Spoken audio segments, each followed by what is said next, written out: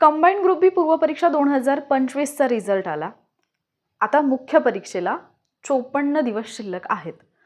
बऱ्याच विद्यार्थ्यांचा हा गोंधळ आहे की आम्हाला कट ऑफचा अंदाज न आल्यामुळे, मार्केटमधल्या चर्चा ऐकल्यामुळे आम्ही मेन्सच्या अभ्यासाला सुरुवात केली नाही किंवा केली तरी तो तितकासा सिरियसली केला नाही. आणि आता एक प्रश्नचिन्ह आहे की उरलेल्या दिवसांमध्ये अभ्यास करून आमची मेन्स क्लिअर होईल का.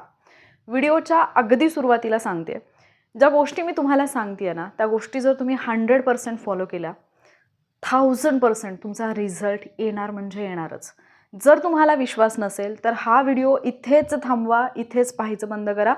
कारण तुम्ही जर हा व्हिडिओ पूर्ण पाहिलात जेव्हा की तुम्हाला असं वाटत असेल की उरलेल्या दिवसांमध्ये माझा रिझल्ट नाही येणार आणि तरी तुम्ही व्हिडिओ पाहताय तर तुम्हाला फक्त त्रास होईल. त्यामुळे बेटर हे राहील की तुम्ही हा व्हिडिओ स्किप करा. पण ज्यांना असं वाटतं की माझे 1% तरी चान्सेस आहेत, 1% सोडा 0.1% जर तुम्हाला वाटत असेल की मी मेन्स क्लिअर करू शकतो तर आजचा हा व्हिडिओ फक्त शेवटपर्यंत पाहणी. याच्यात जे सांगते ना ते प्रॉपरली फॉलो करा. हा व्हिडिओ घेऊन येण्यापाठीमागचं अगदी महत्त्वाचं आणि तुम्ही रिलेट करू शकाल असं कारण सांगते. काल माझ्या एका स्टुडंटचा कॉल आला आणि ती अक्षरशः रडत होती की मॅम माझी प्री क्लिअर झाली आहे. आता तिला याच्यासाठी रडायला येत होतं की ती असं बोलली की मी प्री दिल्यानंतर ज्या काही घरामध्ये गोष्टी घडल्या त्याच्यानंतर मी पूर्वपरीक्षा दिली आहे हे पण मी विसरून गेले होते किंवा आपल्याला मेन्सची तयारी करायची आहे किंवा काय, मी या कुठल्याही गोष्टीचा विचार केलेला नव्हता. मी जस्ट गिव्हअप केलं होतं या सगळ्या गोष्टीतून, कारण बाकीचे इतके सगळे टेन्शन्स लाईफमध्ये होते. आणि मग आत्ता रिझल्ट आला आहे तर मला खरंच नाही समजत आहे की मी काय करू. विशेष म्हणजे तिने याच्यापूर्वीची एक मेन्स दिलेली आहे, त्याच्यामुळे तिने त्या मेन्सला अभ्यास केलेला अनुभव तिच्याकडे होता. पण आत्ता तिचा कॉन्फिडन्स अगदी झिरो होता की मी इथून पुढे अभ्यास करून माझी मेन्स निघेल असं मला अजिबात वाटत नाही आहे. मी तिला थोडंसं शांत केलं, समजावून सांगितलं आणि त्याच्यानंतर मी तिला फक्त एक गोष्ट सांगितली की आत्ता फक्त एक काम कर. माझा फोन ठेवल्यानंतर, काल संध्याकाळी 6:30-7ची गोष्ट आहे ही, मी तिला म्हटलं की माझा फोन ठेवल्यानंतर फक्त एक गोष्ट कर, 2024चा मेन्सचा पेपर 1 जो आहे तो डाउनलोड कर फोनमध्ये आणि 1 तासाचा टाईम लावून तो पेपर तुला सोडवायचा आहे. ती म्हटली मॅडम इतके दिवस झालं मराठी इंग्लिशशी काही संबंध नाही आहे, रिव्हिजन नाही आहे, मी डायरेक्ट पेपर सोडवला तर माझा कॉन्फिडन्स लो होईल. तिला खूप सगळ्या शंका होत्या. मी फक्त सांगितलं की जर माझ्यावर विश्वास असेल तर फक्त पेपर सोडव. अँड ट्रस्ट मी, तिने तो पेपर सोडवला. पेपर सोडवल्यानंतर जेव्हा तिने फोन केला ती परत एकदा रडत होती. तिने फक्त आय थिंक 45 मिनिटांमध्ये ऑर समथिंग पेपर सोडवला. 92 प्रश्न तिने सोडवले, 92 पैकी तिचे 74 बरोबर आलेले होते. आणि आता तिला तो कॉन्फिडन्स आला की उरलेल्या दिवसांमध्ये मी 100% एक्झाम क्रॅक करेन. कारण जर पेपर 1ला मी आत्ता 74पर्यंत मार्क्स घेतलेत याचा अर्थ मी थोडी तयारी केली तर पेपर 1ला मी 80पर्यंत, म्हणजे क्वेश्चन्स 80पर्यंतचे क्वेश्चन्स माझे करेक्ट येऊ शकतात. मला फक्त पेपर 2वरती लक्ष द्यायचं आहे आणि त्याच्यातलाही बराचसा पार्ट माझा प्रीला झालेला आहे. कारण मी प्री क्रॅक केली याचा अर्थ माझा प्रीचा स्कोर चांगला आहे म्हणजे माझा अभ्यास चांगला आहे. आता मुद्दा येतो की तुम्ही काय करायचं जर तुमचा ग्रुप बीचा पेपर क्लिअर झालेला असेल. तुम्ही या गोंधळामध्ये असाल की आता काय करावं कळत नाही आहे, फार थोडे दिवस आहेत. सगळ्यात पहिली आणि सगळ्यात इम्पॉर्टंट गोष्ट मी तुम्हाला सांगेन ते म्हणजे प्लॅनिंग अजिबात करू नका किंवा प्लॅनिंगमध्ये अडकू नका. कारण आता सगळ्यात मोठा ट्रॅप हाच आहे की तुमचा 50 दिवसांमधला 25 दिवसांचा वेळ फक्त प्लॅनिंगमध्ये जाईल. आणि जर तुम्ही फक्त प्लॅनिंग करत बसाल तर तुम्ही काहीच अचीव करू शकणार नाही. करायला घ्या डायरेक्ट ॲक्शन. प्लॅनिंगमध्ये अडकाल तर तुमच्या समोर असा मोठा ढीग उभा राहील ज्याच्यामध्ये तुम्हाला सिलेबस दिसेल की मला बापरे एवढा सगळा सिलेबस कव्हर करायचा आहे. प्रीला तुम्हाला एकच पेपर होता, इथे मला पेपर 1चा सिलेबस कंप्लीट करायचा आहे, पेपर 2चा सिलेबस कंप्लीट करायचा आहे. पेपर 1मध्ये मला 2 सब्जेक्ट आहेत, पेपर 2मध्ये तर विचारायला नको इतके सब्जेक्ट आहेत. म्हणजे 7 माझे प्रीवाले तर आहेतच, पण परत त्याच्यामध्ये काही लॉ पण ॲड झालं आहे, त्याच्यानंतर टेक्नॉलॉजी पण ॲड झाले. मी काय काय करावं हे तुम्हाला समजणार नाही. सिलेबसच्या मागे पळू नका, पहिली गोष्ट. आता जे मी सांगते ते तुम्हाला कदाचित प्रॅक्टिकल वेला धरून नाही वाटणार, पण जेवढे दिवस एक्झामला शिल्लक आहेत त्याचा जर विचार केला तर थोडं स्मार्ट प्लॅनिंग तुम्हाला करावं लागेल. आणि हां, मी डॅम शुअर आहे या बाबतीत की तुम्ही इतक्या दिवसात एक्झाम क्रॅक करू शकता. त्याचं रिझन हे की लास्ट टाईम आय थिंक 2023ची जी मेन्स होती, आम्ही फक्त 30 दिवसांच्या क्लासमध्ये 50+ स्टुडंटचा रिझल्ट आलेला ग्रुप सीला. फक्त 30 दिवसांचा आणि दॅट नॉट लेक्चर्स. मी बिलकुल लेक्चर्स वगैरे त्यांच्यासोबत शेअर केले नव्हते. मी फक्त 30 दिवस कंटिन्युअसली क्वेश्चन पेपर ॲनालिसिसची एक बॅच घेतलेली. टेलिग्रामवरती फक्त ऑडिओ सेशन्स आमचे होत होते, डेली लाईव्ह सेशन व्हायचे. 50+ स्टुडंटचा रिझल्ट आलेला. सो मी तुम्हाला हे खात्रीशीर सांगू शकते, फक्त तुम्ही हे जे काही मी सांगते ते प्रॉपरली फॉलो करायच्या तयारीत राहा. प्लॅनिंगमध्ये अडकायचं नाही. आत्ता बऱ्याच जणांचं असंही असेल की अजून बुक्स कुठले घ्यायचे हेच माहिती नाही. मग सुरुवात कुठून होईल की बुक लिस्ट चेक करा, मग कुठल्या टॉपरनी कुठले बुक्स वापरलेत. आत्ता बुक्स कंप्लीट करायचेत, सिलेबस कंप्लीट करायचेत, याच्या पाठीमागे धावायचं नाही, बिलकुल धावायचं नाही. कुणी काही सांगितलं तरी धावायचं नाही जर तुम्हाला एक्झाम क्रॅक करायची असेल. सगळ्यात पहिली गोष्ट काय करायची, क्वेश्चन पेपर. आता जो पण तुम्ही अभ्यास कराल ना तो क्वेश्चन पेपर थ्रू करायचा. आणि मी पेपर साठी तर तुम्हाला एक अशी गोष्ट सांगणार आहे थोड्या वेळात की फक्त तेवढ्या एका गोष्टीने तुम्ही 75+ जाऊ शकता, म्हणजे 75+ तुमचे क्वेश्चन्स बरोबर येऊ शकतात. आता क्वेश्चन पेपर घेतले, या क्वेश्चन पेपरमधूनच तुम्हाला स्टडी करायचं आहे. प्रिव्हियस इयर क्वेश्चन पेपर घ्या साधारणतः 2020 पासूनचे. तसं तर तुमच्याकडे वेळ असेल म्हणजे तुम्ही करू शकत असाल तर तुम्ही त्याच्या आधीचे पण पेपर्स कंपल्सरी पाहणं गरजेचं आहे. पण शक्यतो हे तरी कंपल्सरी करायचे. पेपर 2साठी सांगते, पेपर 1साठी पण तुम्हाला हे पेपर पाहावेच लागणार आहेत. ठीक आहे. आता काय करायचं, या पेपरचं या क्वेश्चन पेपरमधून म्हणजे हे क्वेश्चन पेपर सोडवायचं टाईम लावून आणि त्याचं डिटेल असं ॲनालिसिस करायचं. याच्यामध्ये आणखी एक गोष्ट आहे की ज्यावेळेला तुम्ही पाठीमागे जाल 20, 21, 22 पर्यंत, तर तिथे जे पेपर आहेत क्वेश्चन पेपर, तिथे तुम्हाला मेन्सच्या पेपर 2मध्ये काही पार्ट जो आहे STA वेगळा दिसेल, PSIला त्यावेळेला लॉ वगैरे होते, तर तिकडे जाऊ नका.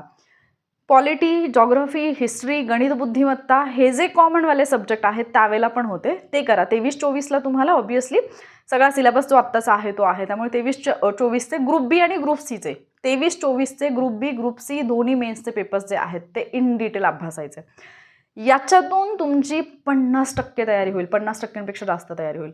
कारण तुम्हाला महत्त्वाचे टॉपिक कळतील, मेन्सला कसे प्रश्न विचारले जातात ते कळतील, मेन्स कशी टॅकल करायची ते कळेल, तुमचा कॉन्फिडन्स बिल्ड होईल.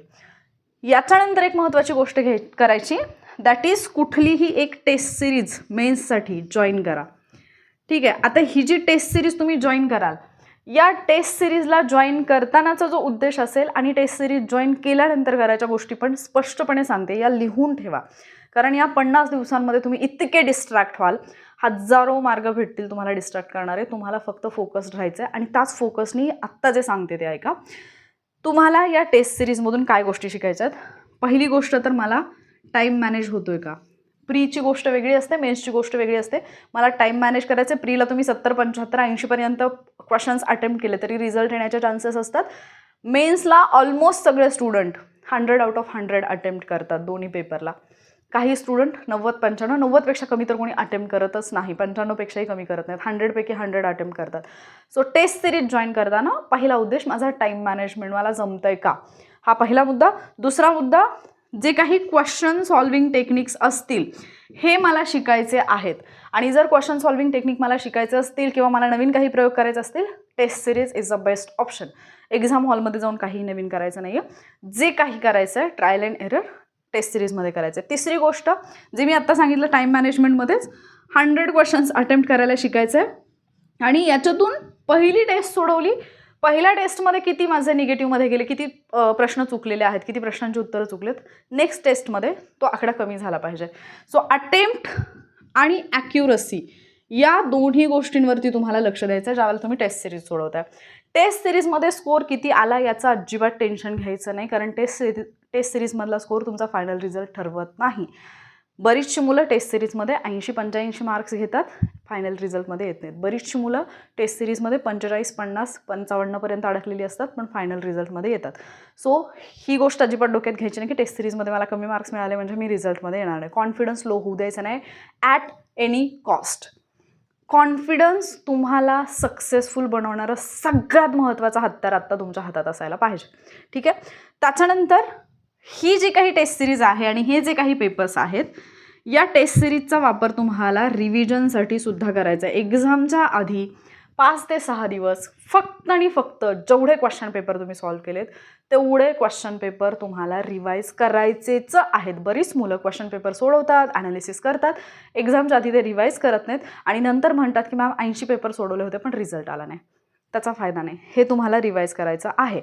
आता पेपर 1साठी एक बेस्ट टेक्निक देते, ज्या टेक्निकच्या जोरावरती मी जे आत्ता मगाशी तुम्हाला उदाहरण सांगितलं ती मुलगी असेल, मी स्वतः 4 वेळा जेव्हा मेन्स दिली आहे पेपर 1ला माझा स्कोर चांगला असायचा. कारण फक्त तेवढी एक गोष्ट आहे, लास्ट टाईम 2023च्या तर पेपर 1ला 85+ आहेत मला.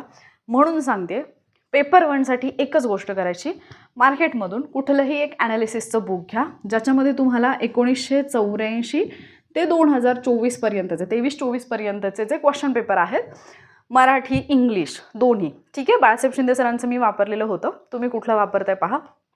ते पुस्तक घ्यायचं. त्या पुस्तकामध्ये 84 ते 2024 पर्यंतचे मराठीचे सगळे टॉपिक वाईज क्वेश्चन असतील, त्याचे एक्सप्लेनेशन असेल. इंग्लिशचे सगळे टॉपिक वाईज क्वेश्चन असतील, त्याचं एक्सप्लेनेशन असेल. काय करायचं, प्रत्येक टॉपिकचे प्रश्न सगळ्याच्या सगळे, एखाद्या टॉपिकवरती 400 प्रश्न आलेले असतील, ते 400च्या 400 आकडे टाकून सोडवा किंवा साधा तो आपला पेपर घ्या, आन्सर शीट घ्या, त्याच्यावरती सोडवा.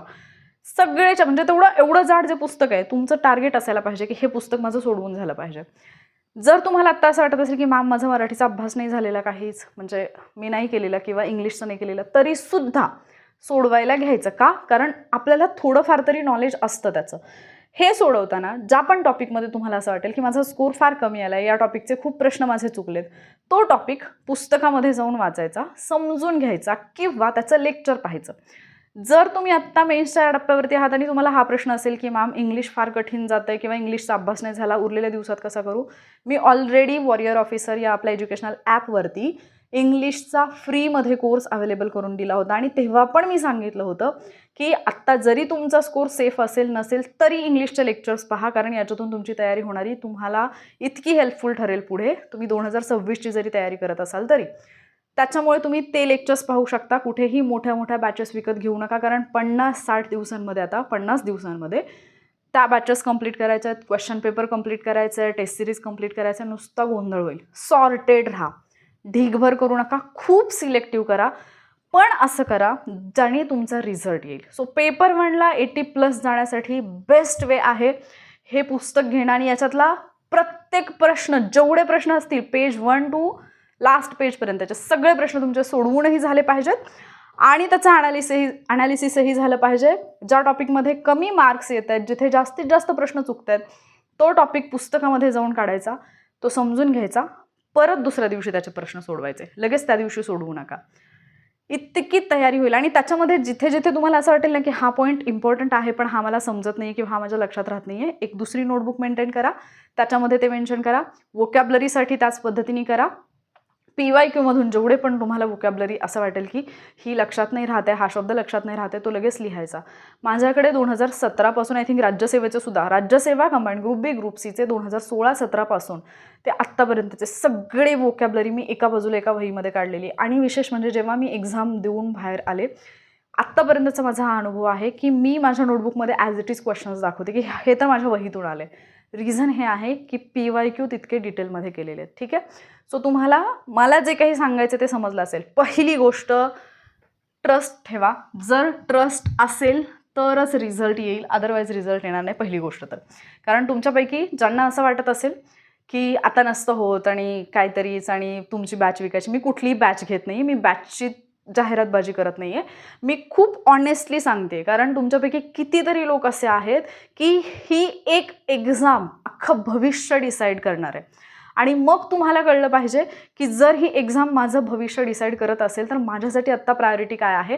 आणि तुम्ही ज्या गोष्टीवरती विश्वास ठेवाल तीच गोष्ट तुमच्या लाईफमध्ये घडणार आहे. ट्रस्ट मी, आत्तापर्यंत मलाही याच्यावरती विश्वास नव्हता, बट मागचे काही दिवस मी जे काही एक्सपिरियन्स करते त्याच्यावरून सांगते की तुम्ही ज्या गोष्टीवरती विश्वास ठेवता ती गोष्ट तुमच्या लाईफमध्ये घडते, म्हणजे घडतेच. म्हणून तुम्हाला फक्त याच्यावरती विश्वास ठेवायचा की मी एक्झाम क्रॅक करेन. आणि लक्षात ठेवा, आत्ता हा रिझल्ट आल्यानंतर सुद्धा याच्यातले कितीतरी लोक असे आहेत की सुरुवात करण्यापूर्वीच अपयशाच्या भीतीमुळे त्यांना सक्सेस मिळणार नाही आहे. ती भीती तुमच्या मनात असायला नाही पाहिजे. सिलेक्टिव्ह करा, पण ते इतकं परफेक्ट करा की त्याच्यातून तुमचा रिझल्ट आला पाहिजे. सो पेपर 1साठी काय करायचं हे मी सांगितलं. पेपर 2साठी जर तुम्हाला स्ट्रॅटेजी हवी असेल तर कमेंटमध्ये पेपर 2 असं लिहायला विसरू नका. जर तुम्हाला इतर कुठली हेल्प हवी असेल मेन्ससाठी, प्लॅनिंग सोडून विचारा. प्लॅनिंग मी भरमसाठ प्लॅन देऊ शकते तुम्हाला. टेलिग्रामवरती, वेगवेगळ्या ॲपवरती, वेगवेगळ्या यूट्यूब चॅनलवरती खूप सगळे प्लॅन मिळतील. पण लक्षात ठेवा, ज्यावेळेला तुम्ही त्या प्लॅनिंगच्या मागे पळताय, प्लॅनिंग करतानाच डोपामिन रिलीज होते, तुमचा ब्रेन खुश होतोय की हां चला झालं आहे माझं काम. प्लॅनिंग म्हणजे काम नाही, तुम्हाला ॲक्शनवरती लक्ष द्यायचं आहे. आणि म्हणून मिनिमम प्लॅनिंग करा, मॅक्झिमम ॲक्शन घ्या, कारण ती ॲक्शन तुम्हाला रिझल्टपर्यंत घेऊन जाणार आहे. ठीक आहे. सो आता गोष्टी 2 करायच्या. एक, जे मी सांगितलं प्लॅनिंगच्या मागे पळू नका, क्वेश्चन पेपर घ्या, सरळ क्वेश्चन पेपर सोडवायला सुरुवात करायची, अनालिसिस करायला सुरुवात. काहीही येत नसू देत, 30च मार्क पडू देत, काही फरक पडत नाही, पण पहिली प्रायोरिटी आयोगाचेच क्वेश्चन पेपर. 2024चा जर क्वेश्चन पेपर तुम्ही पाहिला, मेन्सचा पेपर 1चा, तुमच्या लक्षात येईल की कितीतरी प्रश्न पाठीमागचे ॲज इट इज रिपीट आहेत. इंग्लिशचं पण मराठीचं पण. इंग्लिशचं तर ऑलमोस्ट म्हणजे ना पेपर पाहिला की असं वाटतं ह्याच्यातले 31 प्रश्न तर रिपीटेडच आहेत, म्हणजे हे आधी येऊन गेले, आयोगाने कुठल्या ना कुठल्या एक्झामला विचारलेलं आहे. मग जर तुम्हाला 50 पैकी 30 मार्क्सचं अगोदरच आयोगाने देऊन ठेवले की मी इथून विचारणार आहे, तर तुम्ही ते का करायला नको त्या गोष्टींच्या मागे पळू नका, अगेन सांगते.